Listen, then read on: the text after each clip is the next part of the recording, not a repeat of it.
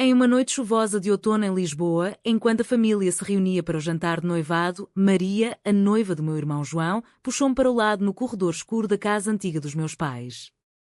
Sem aviso, ela pressionou seus lábios contra os meus, um beijo urgente e desesperado que durou apenas segundos, mas que abalou o chão sob meus pés. Quando se afastou, seus olhos cheios de lágrimas, sussurrou: Ana, eu não posso casar com ele. É você que eu amo. Meu coração disparou, uma mistura de choque e algo que eu não queria admitir, um eco de desejo que eu havia enterrado há anos. Eu congelei ali, no corredor estreito com cheiro de sopa de legumes cozinhando na cozinha ao lado. João, meu irmão mais velho, ria alto com meus pais na sala de jantar, alheio ao furacão que acabara de se formar. Maria, com seus 32 anos, sempre fora a imagem da perfeição, advogada bem-sucedida, filha de uma família conservadora de Porto, com um sorriso que iluminava qualquer sala. Eu, Ana, aos 25 anos, ainda terminando a Faculdade de Psicologia na Universidade de Lisboa, me sentia como uma intrusa na minha própria vida. Como isso poderia estar acontecendo? Eu havia notado os olhares prolongados dela durante os jantares familiares, mas atribuíram uma amizade crescente. Agora tudo fazia sentido e nada fazia. Corri para o banheiro, trancando a porta atrás de mim. Meu reflexo no espelho mostrava uma mulher pálida, com cabelos loiros desgrenhados pela chuva, olhos azuis dilatados pelo pânico. Isso não pode ser real, murmurei para mim mesma. Maria era noiva do João há 2 anos. O casamento estava marcado para o verão seguinte na igreja de São Vicente. Meus pais, católicos devotos, já haviam enviado convites para parentes distantes. Se isso viesse à tona, seria um escândalo. Mas o pior era o que borbulhava dentro de mim, uma atração que eu havia suprimido desde a adolescência, quando percebi que meus sentimentos por amigas iam além da amizade. Eu nunca havia contado a ninguém, temendo o julgamento da sociedade portuguesa, ainda tão presa a tradições. Quando saí do banheiro, Maria me esperava no corredor, torcendo as mãos. Ana, por favor, me escuta. Eu tentei lutar contra isso. João é um bom homem, mas eu me sinto viva só quando estou perto de você. Sua voz era um sussurro rouco, carregada de anos de repressão. Eu a arrastei para o quarto de hóspedes, fechando a porta suavemente para não alertar a família. Como você pode fazer isso agora? No dia do noivado, perguntei, minha voz tremendo. Ela se sentou na cama, os ombros curvados. Eu não aguento mais fingir. Toda vez que planejo o casamento, penso em você. Nos nossos passeios pelo Chiado, nas conversas até madrugada. Eu sei que é errado, mas é a verdade. A conversa se estendeu por horas, disfarçada por risos falsos quando alguém batia à porta. Maria contou sobre sua infância em Porto, pressionada pelos pais a ser a filha perfeita, namoros arranjados com rapazes de famílias influentes, a expectativa de um casamento tradicional. Eu sempre soube que era diferente, confessou ela, mas em Portugal, especialmente no Norte, ser lésbica é como carregar uma cruz invisível. Meus pais me deserdariam. Eu ouvia, o peito apertado. Minha própria família não era diferente. Meu pai, um professor aposentado, e minha mãe, dona de casa, viviam pela aparência. João, o filho prodígio, engenheiro bem-sucedido, era o orgulho deles. Eu era a caçula rebelde, sempre questionando normas. À medida que a noite avançava, a chuva batendo nas janelas, comecei a compartilhar minhas próprias lutas. Eu tive uma crush na minha melhor amiga no secundário, admiti, sentindo o peso sair dos ombros. Mas eu a ignorei, achando que era uma fase. Agora. Maria estendeu a mão, tocando a minha levemente. Não era romântico ainda, era solidariedade. Mas o toque enviou uma faísca pelo meu corpo. O que fazemos agora? Perguntei. Ela balançou a cabeça. Eu não sei. Mas não posso casar com João sabendo disso. No dia seguinte, o sol de Lisboa brilhava como se nada tivesse acontecido. João me ligou animado, falando sobre a lua de mel em Algarve. Eu forcei um sorriso na voz, mas por dentro, o conflito rugia. Encontrei Maria em um café no bairro Alto, longe dos olhos curiosos. Ela parecia exausta, olheiras profundas. Eu contei a João que precisamos adiar o casamento, disse ela. Meu estômago revirou. O quê? Por quê? Eu disse que era por trabalho, mas ele suspeita de algo. Ana, eu quero explorar isso com você, mas tenho medo do que vai custar. Os dias seguintes foram um turbilhão de mensagens secretas e encontros furtivos. Caminhávamos pelo Parque Eduardo VII, fingindo ser apenas cunhadas futuras. Mas cada conversa aprofundava a conexão, falávamos de sonhos sufocados, de como a sociedade portuguesa, apesar de progressista em leis, o casamento gay era legal desde 2010, ainda carregava preconceitos arraigados em vilarejos e famílias tradicionais. Meus amigos me diriam para escolher a felicidade, disse eu, mas e a família? João te ama. Maria assentiu, lágrimas nos olhos. Eu sei. Mas amar alguém por obrigação é uma prisão. Uma semana depois, o primeiro confronto veio. João me confrontou no meu apartamento em Alfama. Ana, Maria está estranha. Vocês duas andam se vendo muito. O que está acontecendo? Seu rosto, geralmente calmo, estava tenso. Eu hesitei, o coração na garganta. Nada, irmão. Só amizade. Mas a mentira pesava como chumbo. Ele saiu frustrado e eu desabei no sofá, questionando se valia a pena arriscar tudo por um sentimento incerto. Maria e eu nos encontramos novamente, desta vez em um bar discreto no cais do Sodré. Eu terminei com João, anunciou ela, voz firme mas olhos vidrados. O choque me atingiu como um soco. Você o quê? Eu não podia mais mentir. Disse que não o amava como ele merecia. Meu mundo girava. João estaria devastado, meus pais, furiosos. Mas ali, olhando para Maria, senti uma liberdade perigosa. E agora? Perguntei. Ela sorriu fracamente. Agora, enfrentamos as consequências juntas. A notícia se espalhou como fogo. Meus pais me ligaram, voz da mãe tremendo. Ana, o que você sabe sobre isso? João está destruído. Eu neguei envolvimento, mas a culpa me corroía. Maria foi confrontada pelos pais dela, que a acusaram de ingratidão. Você joga fora uma vida perfeita por capricho, gritou o pai dela ao telefone, que eu ouvi do outro lado da linha. Ela chorou nos meus braços aquela noite, em um hotel barato para evitar olhares. Enquanto isso, meus amigos começaram a notar. Sofia, minha melhor amiga, me pressionou. Ana, você está diferente.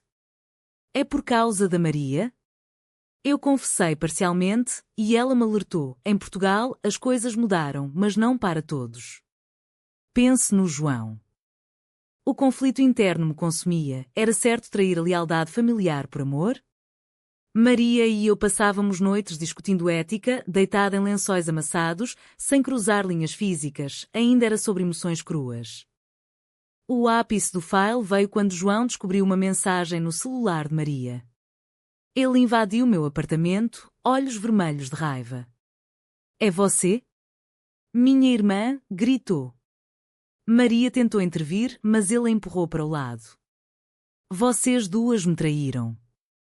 O soco que ele mirou em mim foi interceptado por Maria, que se colocou no meio. Caímos no chão em um emaranhado de lágrimas e acusações. Naquela noite, a família se dividiu, pais do lado de João, eu e Maria sozinhas contra o mundo. Os dias após o confronto foram um inferno silencioso. João se mudou temporariamente para a casa dos pais em Sintra, deixando Lisboa para trás como se a cidade inteira fosse cúmplice da traição. Meus pais me bombardearam com chamadas, alternando entre súplicas e acusações. Ana, como você pôde fazer isso com seu irmão? Ele te idolatrava, disse minha mãe, voz entrecortada por soluços. Eu me defendi fracamente, não foi planejado, mãe. É amor. Mas a palavra amor soava como uma blasfêmia em uma família onde tradições católicas ditavam que o amor era entre homem e mulher, casados pela igreja. Maria e eu nos refugiamos no meu pequeno apartamento em Alfama, as colinas íngremes do bairro espelhando o caos das nossas vidas. Ela perdeu o emprego em um escritório de advocacia conservador, rumores se espalharam e o sócio principal, amigo do pai dela, admitiu sob pretexto de conflito de interesses. Eles sabem, disse ela, jogando o celular na mesa. Meu pai contou a todo mundo que sou. Você sabe. A palavra lésbica ainda era difícil para ela dizer em voz alta, carregada de anos de vergonha internalizada. Eu, por minha vez, lutei para me concentrar na faculdade. Meus colegas sussurravam nos corredores da universidade, ouvi que a Ana roubou a noiva do irmão. O preconceito sutil, mas palpável, em uma Lisboa que se orgulhava de ser moderna, me isolava. Sofia, minha amiga, me apoiava em segredo, mas até ela hesitava. Ana, pense no impacto. Em Portugal, as famílias são tudo. Você está pronta para perder a sua? Suas palavras ecoavam minhas dúvidas internas. Toda noite, deitada ao lado de Maria, questionava: era isso amor verdadeiro ou apenas uma rebelião contra normas opressivas? Um encontro com os pais de Maria intensificou o drama. Eles vieram de Porto, instalando-se em um hotel no centro. Convocaram-na para um jantar de família, mas era uma emboscada. Eu esperei do lado de fora, no carro, coração acelerado. Horas depois, Maria saiu aos prantos. Eles me deram um ultimato: volte para João ou perca tudo, herança, apoio, até o nome da família. Ela desabou no banco do passageiro. Meu pai disse que preferia me ver morta a viver em pecado. As palavras cortaram fundo, eu abracei-a, mas por dentro, o medo crescia. E se eu não fosse forte o suficiente para isso? Decidimos confrontar minha família juntos. Marcamos um almoço na casa dos pais em Sintra, uma vila pitoresca com vistas para o oceano, mas o ar estava carregado de tensão. João estava lá, magro e abatido, evitando meu olhar. Meu pai abriu: isso é uma abominação. A igreja não aprova. Maria, com voz firme, rebateu: Senhor, o amor não precisa de aprovação. Eu amo sua filha. João explodiu: você me usou. Eu planejei uma vida com você. Ele saiu batendo a porta e minha mãe chorou silenciosamente. Naquela tarde, sozinhas no jardim, Maria e eu discutimos o futuro. Talvez devêssemos fugir, sugeri, meio brincando. Mas ela balançou a cabeça. Não. Temos que enfrentar. Se não, que tipo de amor é esse? Suas palavras me fortaleceram, mas o custo era alto. Perdi amigos que se afastaram, citando desconforto. No trabalho de meio período em uma livraria, o chefe me demitiu após um cliente reclamar de comportamento imoral. O ponto de virada veio em uma manifestação pelo orgulho LGBTQ+, em Lisboa. Convenci Maria a ir anonimato na multidão. Bandeiras arco-íris tremulavam no rocio, vozes cantando por direitos. Pela primeira vez, senti comunidade. Maria apertou minha mão: talvez não estejamos sozinhas. Mas ao voltar para casa, encontramos João esperando. Eu vim pedir perdão, disse ele, surpreendendo-nos. Não pelo que sinto, mas por não ver os sinais. Maria, você merecia ser honesta desde o início. Foi um momento de trégua frágil, mas ele acrescentou: Ana, você escolheu ela sobre família. Isso dói. Os meses seguintes testaram nossa resiliência. Maria encontrou um emprego em uma ONG de direitos humanos, defendendo minorias. Eu terminei a faculdade, mas o diploma veio com um preço: isolamento social. Amigos da universidade me evitavam em eventos, sussurrando sobre escândalo familiar. O preconceito societal se manifestava em olhares julgadores no metrô, comentários online anónimos. Em Portugal, somos progressistas no papel, disse Maria uma noite, mas o coração das pessoas ainda é antigo. Um novo conflito surgiu quando os pais de Maria processaram por dano moral, alegando que sua escolha envergonhava a família.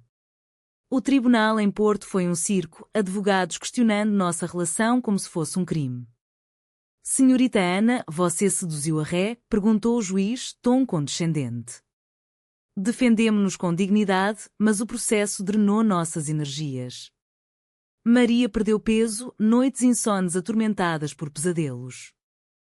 No meio disso, um momento de intimidade, caminhando pela praia de Cascais ao amanhecer, mãos dadas abertamente pela primeira vez. Vale a pena? Perguntei. Ela sorriu, cada dor nos torna mais fortes. Mas a dúvida persistia, estávamos sacrificando demais por um amor que poderia não durar? Culminou em uma traição inesperada.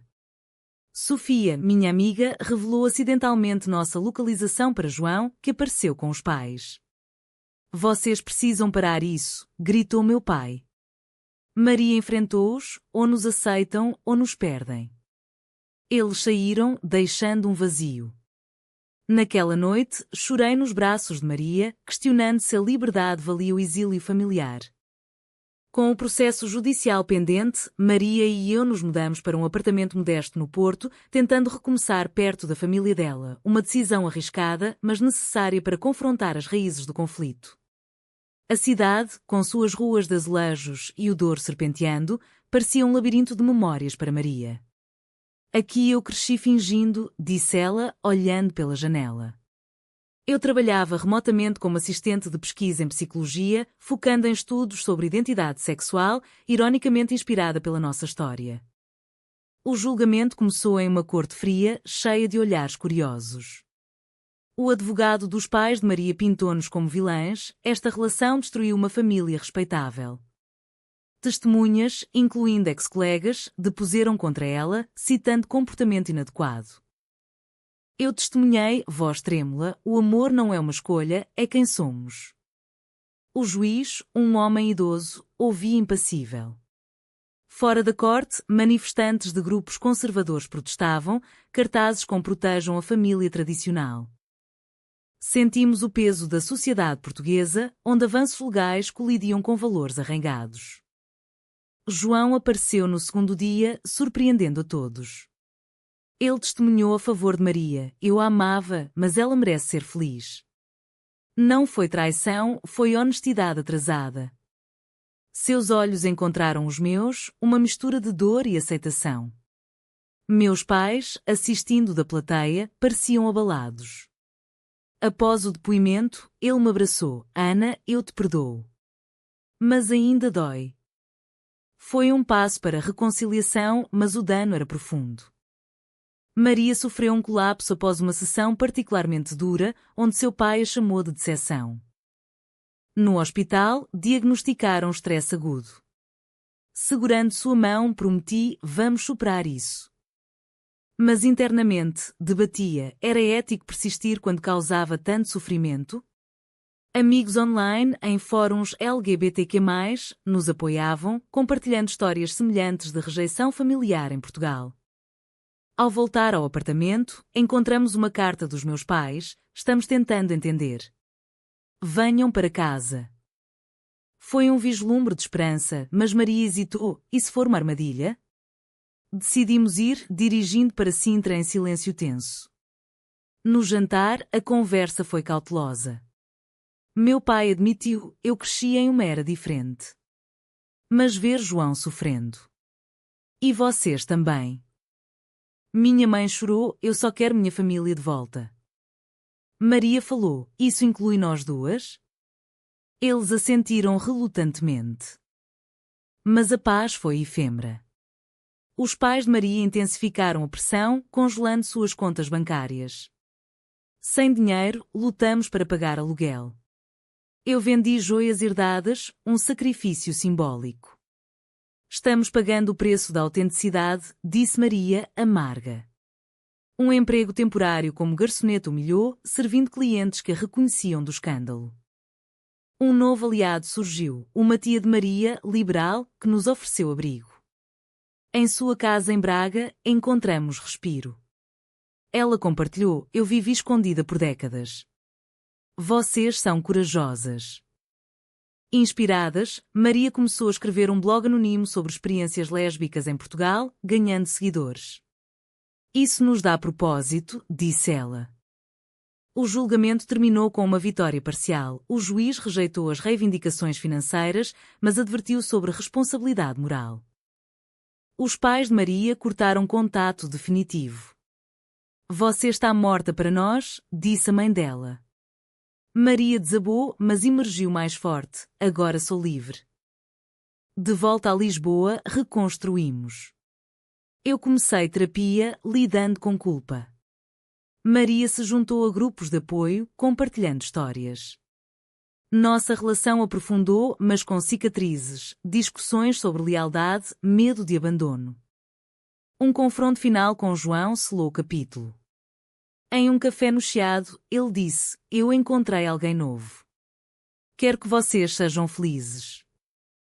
Lágrimas fluíram, era o começo da cura familiar. Mas o custo social persistia, convites para eventos familiares vinham com condições implícitas. Amigos distantes retornavam devagar. Em uma noite de reflexão, Maria perguntou: Valeu a pena? Eu respondi: Sim, porque somos reais agora. Terminou com uma reviravolta, uma oferta de emprego para Maria em uma firma progressista em Lisboa, sinalizando esperança. Mas o passado assombrava, preparando o terreno para mais desafios. Com a poeira do julgamento assentando, Maria e eu voltamos a Lisboa, alugando um apartamento no vibrante bairro Alto. A cidade, com suas noites de fado e ruas animadas, simbolizava nossa resiliência. Maria prosperava no novo emprego na ONG, advocando por direitos LGBTQ+. Estou transformando dor em ação, disse ela, olhos brilhando. Eu, pós-graduada, comecei a dar palestras em universidades sobre saúde mental em minorias sexuais, usando nossa história como exemplo, anonimamente, é claro. Mas fantasmas do passado ressurgiam. João, agora namorando uma colega, nos convidava para jantares awkward. Estou tentando, disse ele. Meus pais, em Sintra, nos visitavam esporadicamente, conversas superficiais evitando o elefante na sala. Estamos orgulhosos de vocês, disse minha mãe uma vez, mas o tom era forçado. Um novo conflito emergiu quando Maria recebeu uma ligação da ex-colega: seus pais estão espalhando rumores online. Postagens anônimas em fóruns portugueses nos difamavam, chamando-nos de destruidoras de famílias. O cyberbullying escalou, ameaças chegavam por e-mail. Em uma sociedade que se diz tolerante, isso ainda acontece, desabafou Maria. Relatamos à polícia, mas a investigação foi lenta, destacando as lacunas no sistema. Internamente, nossas inseguranças borbulhavam. Eu questionava: e se eu te machuquei mais do que ajudei? Maria admitia dúvidas: às vezes penso no que poderia ter sido com João, uma vida simples. Essas conversas, regadas a vinho do Douro, fortaleciam-nos, mas revelavam fraturas. Uma traição veio de dentro. Sofia, minha amiga, confessou ter vazado informações para a imprensa local. Eu achei que ajudaria a expor o preconceito, disse ela, arrependida. Mas o artigo resultante distorceu fatos, pintando-nos como vilãs. Você nos expôs, gritei. A amizade terminou ali, outro sacrifício. Enfrentando isolamento, juntamo-nos a uma comunidade LGBTQ+, em Lisboa. Eventos no Príncipe Real nos conectaram com outras mulheres em situações semelhantes. Vocês inspiram, disse uma jovem. Isso nos deu força, mas o custo emocional era alto. Maria desenvolveu ansiedade, precisando de medicação. Um momento de despertar veio em uma viagem a Algarve. Caminhando pelas praias douradas, discutimos futuro, filhos, casamento. Em Portugal, podemos casar legalmente, disse eu. Maria sorriu. Sim, mas e a família? Decidimos prosseguir, planejando uma cerimônia pequena. Ao voltar, confrontamos meus pais sobre aceitação plena. Ou nos apoiam totalmente, ou nos deixem ir, disse Maria. Meu pai, após reflexão, abraçou-nos. Eu errei. O amor é amor. Foi uma vitória, mas João permaneceu distante. Foi uma manifestação contra a homofobia, onde Maria falou publicamente. Eu perdi família por ser eu mesma, mas ganhei liberdade. A multidão aplaudiu, mídia cobriu. Mas backlash veio, ataques online intensificaram, forçando-nos a mudar endereços. Apesar disso, nossa relação floresceu. Noites de conversas profundas, caminhadas pelo Tejo, construíram uma base sólida. Pagamos o preço, mas somos mais fortes, disse Maria. Os anos se passaram, mas as cicatrizes permaneciam. Maria e eu casamos em uma cerimônia íntima na Capela do Rato, com poucos amigos e meus pais, João ausente, ainda curando. A sociedade portuguesa evoluía lentamente, leis protegem, mas corações demoram. Trabalhamos juntas na ONG, ajudando outras mulheres lésbicas a navegar conflitos semelhantes. Um reencontro com os pais de Maria trouxe fechamento parcial. Em Porto, eles pediram perdão, perdemos uma filha por orgulho. Maria perdoou, mas manteve distância. Algumas feridas não sararam completamente, disse ela. João, casado agora, nos visitou com sua esposa. Estou feliz por vocês, disse, um abraço genuíno selando a paz. A família se reconstruiu, frágil mas real. Refletindo, os sacrifícios, empregos, amizades, sanidade, moldaram-nos.